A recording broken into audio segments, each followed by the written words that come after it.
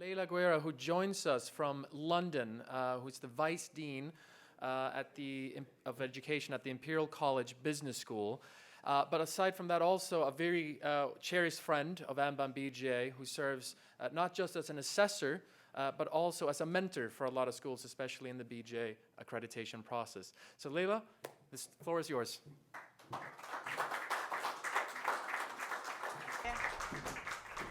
Right, I have to say, what do you want me to talk about? Everything has been said already. We've already talked about all these amazing topics that are currently happening in education. So I kind of feel some of the things I'm going to mention might be repetitive. I hope you will excuse. I do hope I can also bring a different perspective. As we mentioned, I'm from London, I'm from Imperial College. I have lived in South America, 5 years in Venezuela, 3 years in Colombia, and I'm actually originally from Spain. So I do feel that I have a bit of an understanding of what's happening also in the region. But today what I want to talk to you about is about breaking the mold.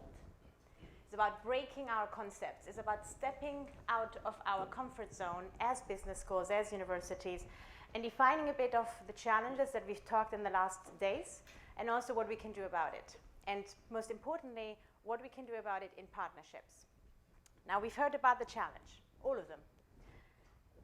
Ukrainian war, climate change, the pandemic, what's happening right now in Russia, what's happening with China, what's happening in this region. We all tend to think, oh, we didn't think it was ever going to happen. Is it though? Is it really unthinkable, all the things that we faced in the last years? Did we really not think about it? If you look about the next 5 to 10 years and we talk about climate change, are we really still sitting here and telling our students that this, we never thought what was going to happen? We actually do know many of these things were likely going to happen. So in a conference a few weeks ago, someone told me, it's not that us human beings are not prepared to think the unthinkable. It's that we're not prepared to think the unpalatable. It is really hard for us to digest some things that are on our horizon, some things that our students are going to face. And so when I talk about breaking the molds, it's for us to remind ourselves as business schools, we have our duty of care and we have our duty of knowledge to our students. And we have to prepare them for these unthinkable events that are going to come their way. But how are we actually doing that?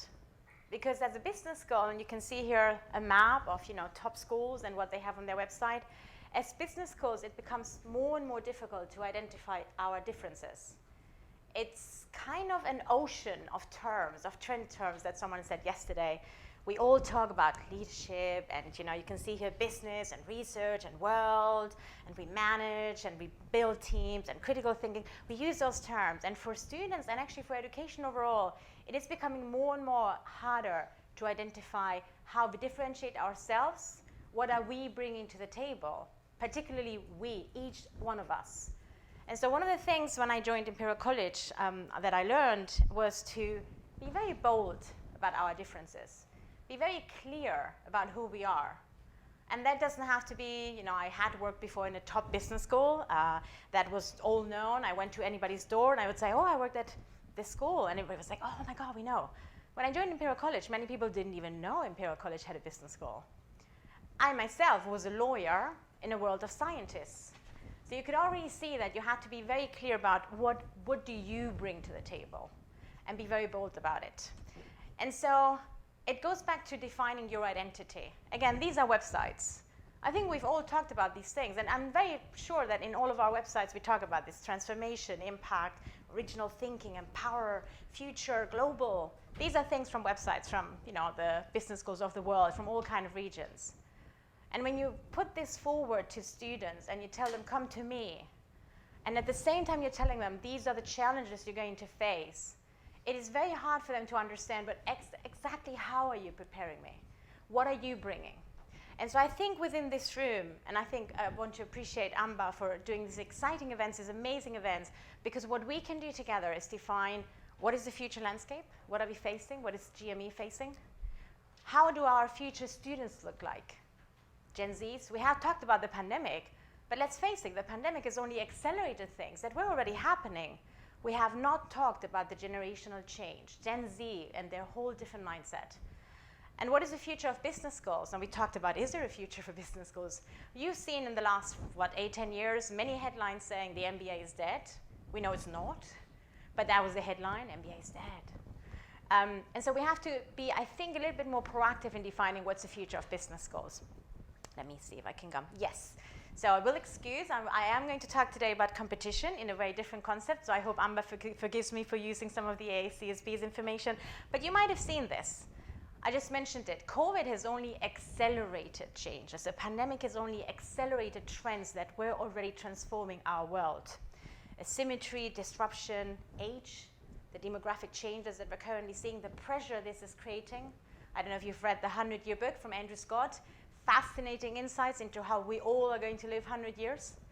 Polarization, we're seeing it right now in Europe, far-right winning governments.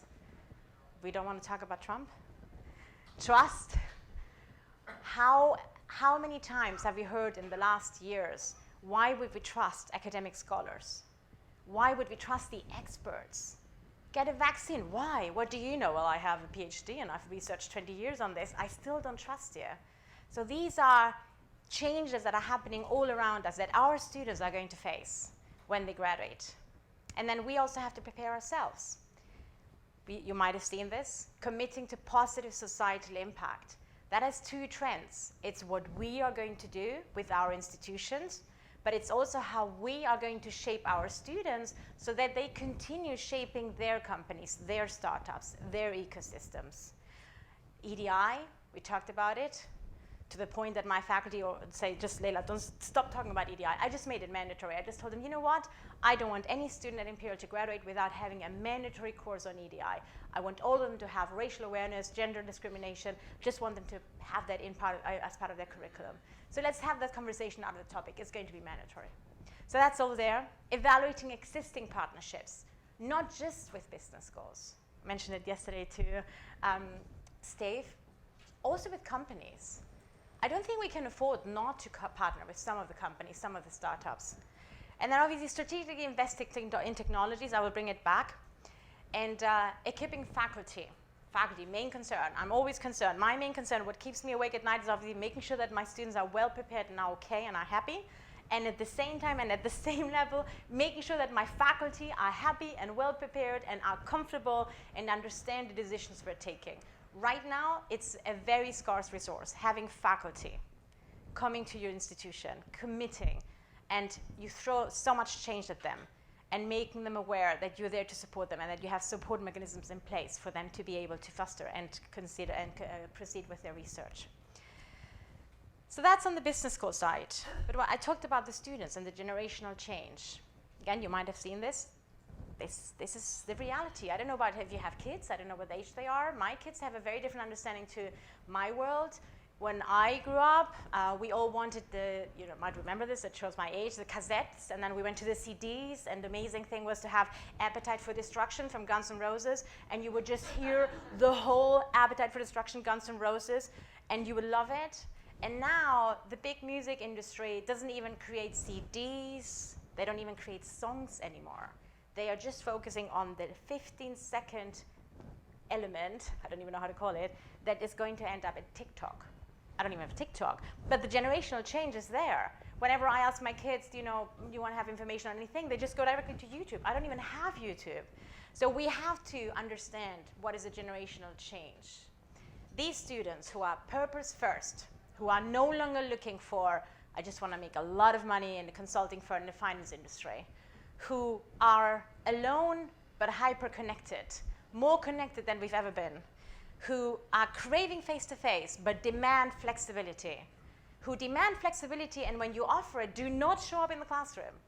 You said, but I've offered you the face-to-face. Like, yeah, I just want to have the option of having face-to-face, but I also want to have the option of being flexible and showing up whenever I want, who have a hacker mindset, who want flexibility, and who will, make everything themselves, do it yourself. Now, I've heard before this comment of, they will face jobs that don't exist anymore, and many of the jobs we do will not exist in the future.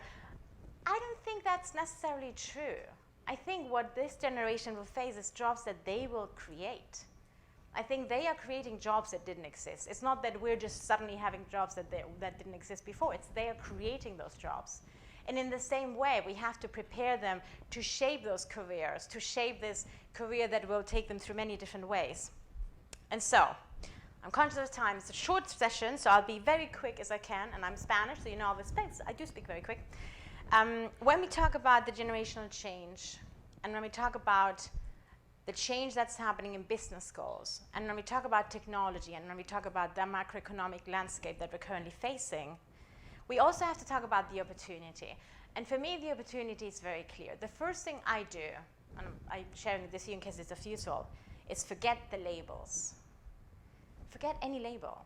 You know, all these conversations we have about, oh, do you have face-to-face programs, or do you have online programs? Do you have international students, do you have local students? Do you have face-to-face classes, or are you having high flex?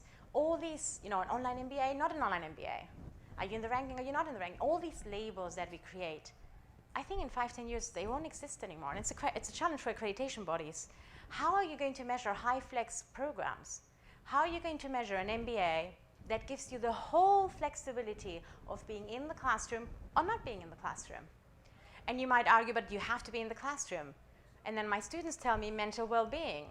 I want to have the opportunity of not being in the classroom when I have a day where I just cannot get into the classroom. So it's for accreditations a really important point about forgetting these labels or maybe adapting the labels. For rankings bodies, I don't know how many of you are on the Financial Times MBA. Just 10 days ago, we got the new MBA requirements, the new rankings. They're going to measure carbon footprint. Is that the right approach? To measure your climate change investment? I don't know. For me, I would have gone to, well, actually, I did go to the Financial Times and say, you should challenge me on what I teach. You definitely should challenge me on my building, but I am not going to change the building. We live in London. There's not much I can do with a building. I can do things with my carbon footprint, and I definitely will. But I'm graduating every year over 4,000 students from the business school.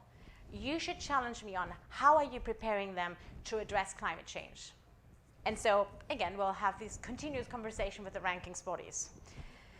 And then it's for us also to define how do we progress with the opportunities that we have in front of us. And I want to share some that we do at Imperial, just in case of use. The first one is about student impact. It's redefining the student journey.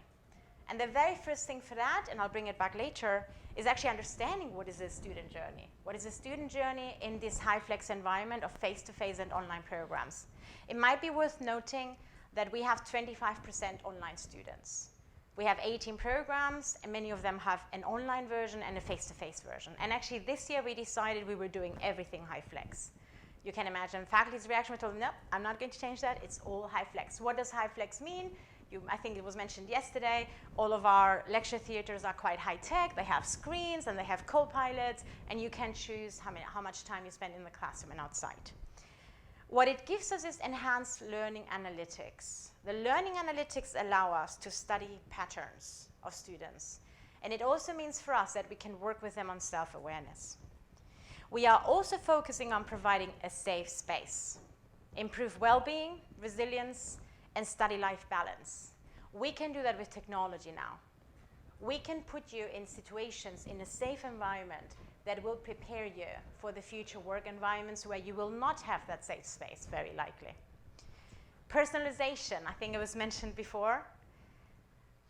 I have mixed feelings about it because I know that my remit and my responsibility as Vice Dean is to provide all the options I can to my students that are rigorous and that are research and fact-oriented, but at the same time I also understand that their trend is to personalize their journey more and more. And so I've heard this I cannot even say the word, Netflixization of higher education. I don't know if you've read that article. I can see some nods in the room. It's like, oh. But then again, I have to challenge myself and forget, make sure that I'm out of my comfort zone. Is like, am I saying, oh, because of my generation and because I cannot see that happening? Or is it just my initial reaction of being a little bit conservative when it comes to change? Education as a platform for discovery.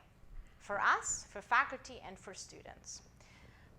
2 months ago, my dean, who is an engineer, who researches on innovation, and obviously leads the business school, so you can see his fantastic profile, came to me and said, Leila, should we have an elective on the metaverse? And I know we mentioned it this morning, that's why I'm mentioning it now.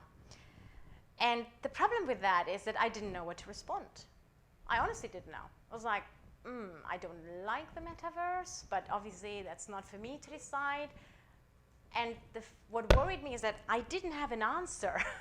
So I had to go back to my team and said, right, this is the question my students are going to get when they graduate. They will get the question by their bosses, should we be on the metaverse? And I don't really mind so much about the metaverse. What I mind is that they are prepared to respond. This is clicking like big, so I'm sure I'm running out of time. Good. Sorry. And so I went to the team and said, look, we will definitely try out the metaverse. You know, we're doing now an elective on mergers and acquisitions on the metaverse, and without legs, you might have seen it. You know, it's not quite clear yet how it works. It's going to be fun. We have a robot now in place as well. We tried that out. But what is really important for me is that I provide students and faculty a platform so that if they ever get a question by their boss on should we be on the metaverse, they actually know how to answer. And that answer might be, no, you shouldn't. It's absolutely not relevant. I think that came up yesterday. Closer alumni engagement with lifelong learning. And then all of this, of course, with academic excellence. You can see that we're moving away from this concept of face-to-face and online, applied research and thought leadership. Now, I want to make sure we have time for questions. I'm going to breeze through the next and mention the innovations. I'm just sharing my innovations, the innovations that are happening here, but many of them have already been mentioned before. So if they are repetitive, do excuse. But you can see, of course, it's all about AI at the moment. It's HyFlex and multiverse and experientials and virtual realities and EDI and cutting-edge learning platforms. And you can be really dragged away by all these buzz things and wanting to do them all. And you don't have to. It's absolutely not necessary to do them. But it's at least important that you understand, that we all understand what they mean for us and what new things they bring. So to give you one example, obviously we work very closely with the Faculty of Medicine. And they're using virtual reality in a way that has never been considered in medicine. But we also use it for EDI. We have our students putting on the EDI, you know, the glasses, and being in the, what is it like to be in the footstep of a woman, if you're a man, in the footstep of a, I don't know, of a Spanish person, if you come from Brazil, or what it's like to be a Chinese student when you just arrived in London. So we can recreate those situations for you in a virtual reality. And before we couldn't. So we're moving really with technology ahead so that theory and practice becomes a very different story. Some examples as well. Advanced pedagogy, I mentioned. The hologram. Now, this was big in the news. We were the first school to do an integration of a hologram event. We have 3 people, 2 in New York and 1 in Miami and 2 in London. And we put them all together to talk about entrepreneurship. This was before the pandemic. The fact about this, what was really important about that is that we said we're not going to use it in the classroom. That was not relevant for us. But we're also not going to hinder anymore this geographical distance. And we can now put together, and you can see here, this is somewhere as me. These are the ladies on the hologram. These are the ladies that are on stage. Students actually were looking behind to see if they were really holograms or if they were real. The thing is that we're now very connected, and that's what technology has given us. It's for us individually to decide how we can use it. We have introduced the flexibility in the programs, and that we also had to adapt all of our spaces. That was a big investment, and that meant for us going to university and say, this is our strategy, this is where we want to go, this is why it's important to our identity. And I always frame 3 things: identity, revenue, or impact. Is it important for my revenues? Does it help with my identity? And does it achieve impact? And I go to the teams that if it doesn't fit in any of those 3, then we shouldn't do it. But with this, we went to the university and said it fits all the 3 things, and then we created all of these new spaces and self-reflection tools and gamification. My kids loved it. This is Imperial College Minecraft, for those of you who might know Minecraft. But none of this works if you don't review your processes and your systems. You can invest in all the right innovations. You can have the right people that want to do all things. If you do not change the way you approach your systems and your processes, it will not work. So we had to really go through the whole journey. We did that with Microsoft and got them in. It's called the Catalyst Project. And we said, look, we want to really re-engage and have a seamless journey from the very beginning to the very end, lifelong and all over again.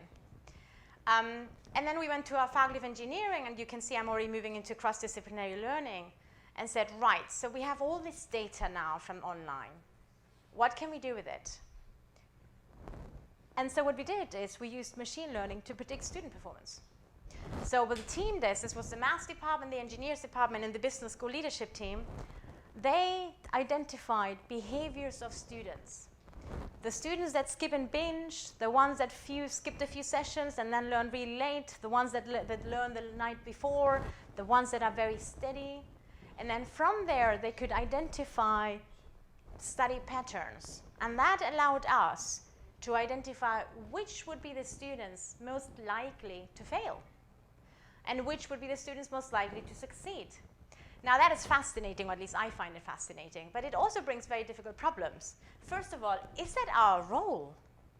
Should I go to you and say, if you continue with these study patterns according to my research, you're going to fail?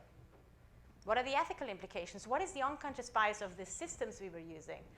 So this is what we're continuing to study at the moment, but you can already see that this already provided us with some interesting patterns. NUS, for example, uses this for suicide prevention for students.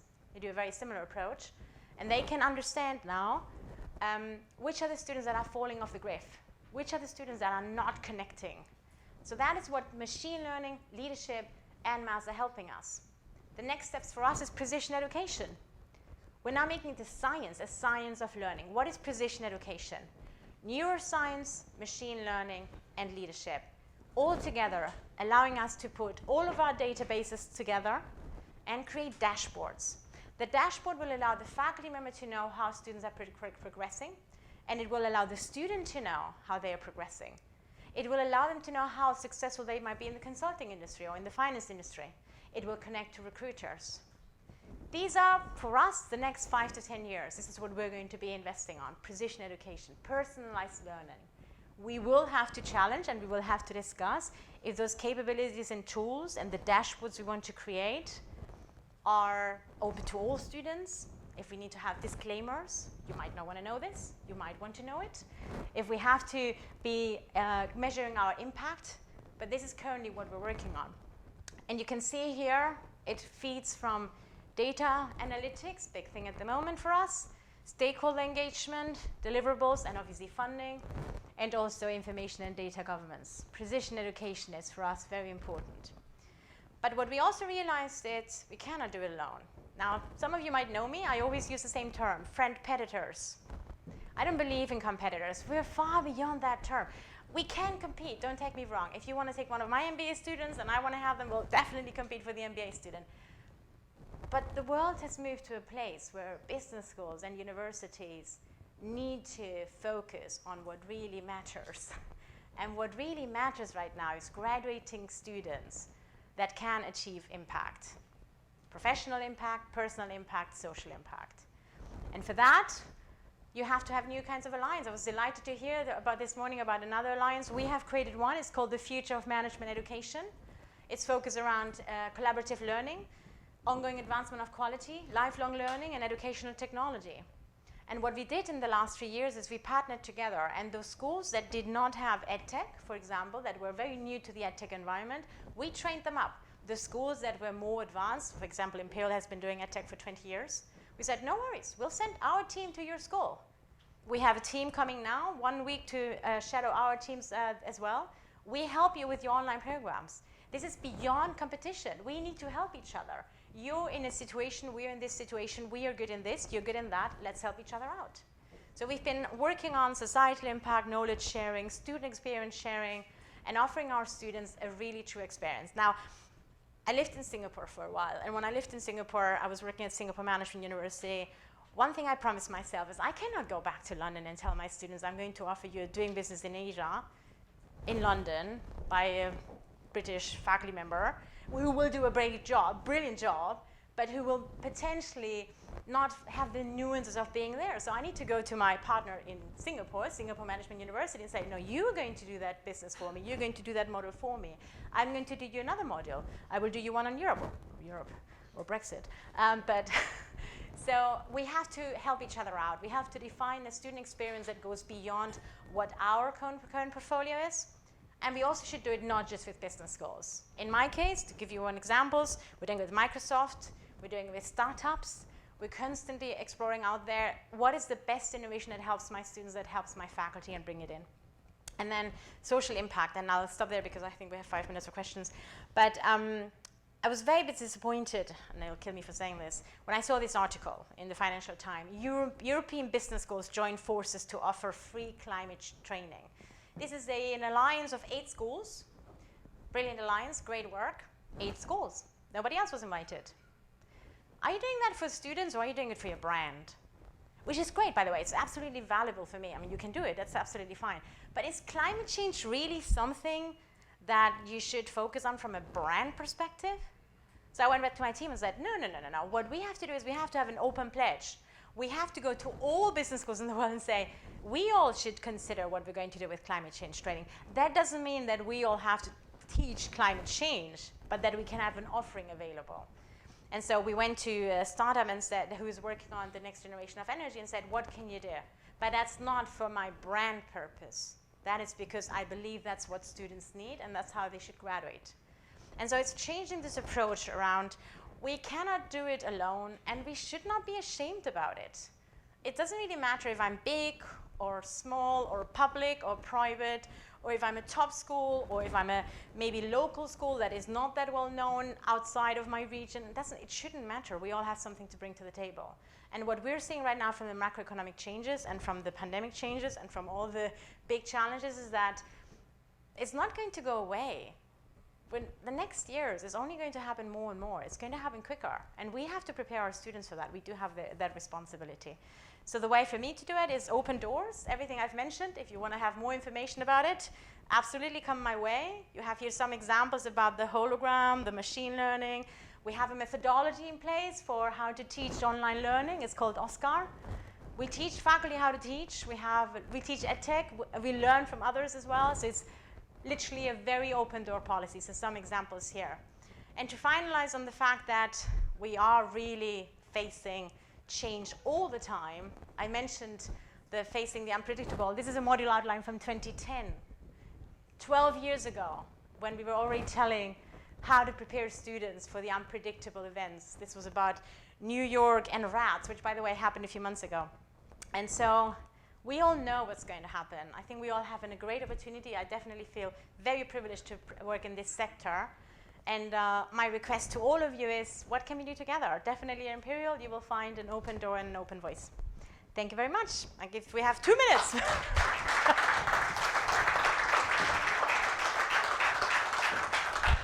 Any question? Any question? Any comment?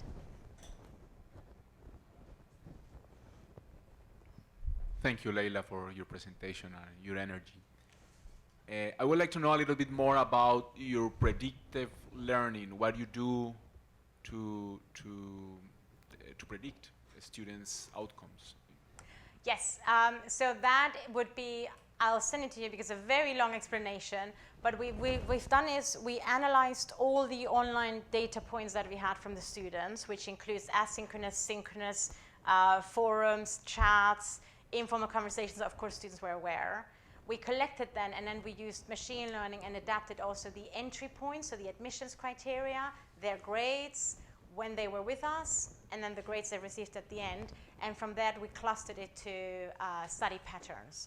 So we were, to give you one example, we could see if a student was really just learning the night before because they were online.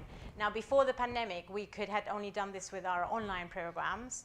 It's only with the pandemic that we could expand the pool. But it's a very, I will happily send you all the papers that have been published in this area. And what we are discussing at the moment is, what does it mean for the future? Because obviously, it faces very, very complicated questions around fantastic information, what do you do with it? And to what point do you want to use it? And how do you bring the students on board as well? And have you used this information for admissions? No. Now, there are many schools that are using these kind of soft skills profile for admissions. We did a test, we did a pilot with GMAT, who has been doing a soft skills assessment that tells you if a student is a creative thinker or is likely to work in consulting and a team builder and things like that. I'm absolutely against this. It's my personal opinion.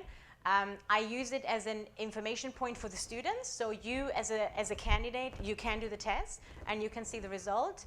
I will not use it as a barrier because I believe it will, in a way, reduce diversity.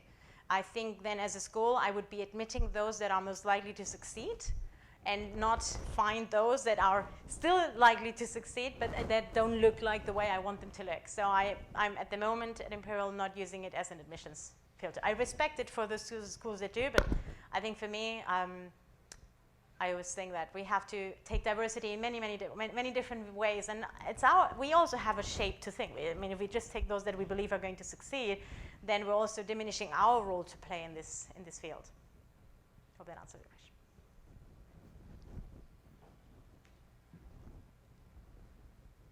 Thanks for an amazing presentation, and also the energy of your presentation. I would like to know who is your English teacher or something. I mean, I know you're Spanish, but your English is amazing. So, yeah, I just had to say it. So, you mentioned if I understood well, all your courses or classes are high flex, right? Yes. I mean, so students can decide whether they attend or not face to face. And I guess many of us, and I have been having this discussion with some of our colleagues, we are thinking about that. I mean, in my case, Leila, we think face-to-face is the best experience, but again, we have new generations, they are accustomed to different things. So what have you found? I mean, when you give the students the opportunity to attend or not to attend, I mean, are they going to the class? Maybe yes, maybe not. I mean, yeah, what are the statistics you've seen? Great question. So I'll tell you very briefly. So last year we had the high flex for mandatory. It was, UK was having still a lot of restrictions, so it was literally free table for everybody. You just decide where you are. And we had cameras off. We had students in pajamas, talking to their faculty like this. We had a student saying, I'm very sorry I cannot go to class today. I'm trying to buy tickets for the Adele concert. And these kind of situations that should not happen, not in a business school environment. They should just not happen at all. So what we define is, okay, high flex in the future has great potential, but as everybody, we have to adapt ourselves. We have to educate ourselves. So what we need this year is boundaries. And so what we did, I think we're doing a shape like this. We had this because we had to. We have now moved to boundaries, and the boundaries are, you have to have your camera on, always, unless you have mitigating circumstances. If you do not have your cameras on, you will be kicked out of the classroom. We have a co-pilot who will just kick you out of the classroom. You're only allowed this year to follow up to 25% of your module online, each module. Why is that? Because I think in the future it will go up. But this year I need to emphasize the point that it's classroom first. Classroom first, and then up to 25% of your time, just use it how you want. We are not asking you to send us any email on why. We have an attendance monitoring system in place that tells us if you are in the classroom or not, and that will automatically send an email to you if you're falling under the 25%. And so with that in mind, we also have a co-pilot that monitors the room and makes sure that there's a bridge between the online students and the face-to-face students. So you can see I'm just giving you a few examples of how we're defining the boundaries.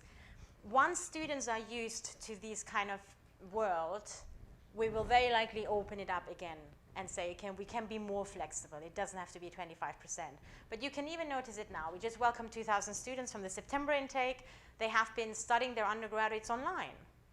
They've been sitting here for 1 hour in the first session, and they just go to the toilet. And you're like, it's 1 hour. It's because they were at home, and they just went to the kitchen. And then, they talk to each other. It's like, no, this doesn't work anymore. You have to go back to a face-to-face environment. So there has to be a preparation phase. We have to understand that this generation that we're now welcoming to our programs have had 3 years of complete different world, and they have to be, when we say classroom first, we have to help them with the transition. And the same for faculty, the same for staff. Many of them saying, well, I don't want to be back. I used to go every day to London. I'm like, why do I have to go every day? I'm just 3 days a week, 4 days a week, but every day. So it's helping with that transition and defining very clearly the boundaries and communicating them from day one. They're not negotiable. In the future, we will reconsider. But right now, these are my conditions for you to have that flexibility. And it's working fine. It's working fine so well, so far. I think we're out of time. Yes, we're out of time. She's like, kill it, kill it. Good, well, it's been a pleasure. Thank you so much. Muchísimas gracias por tenerme. Obrigada, y espero poder volver. I hope I'll be able to come back soon, and the next time I'll do it in Spanish and in Portuguese.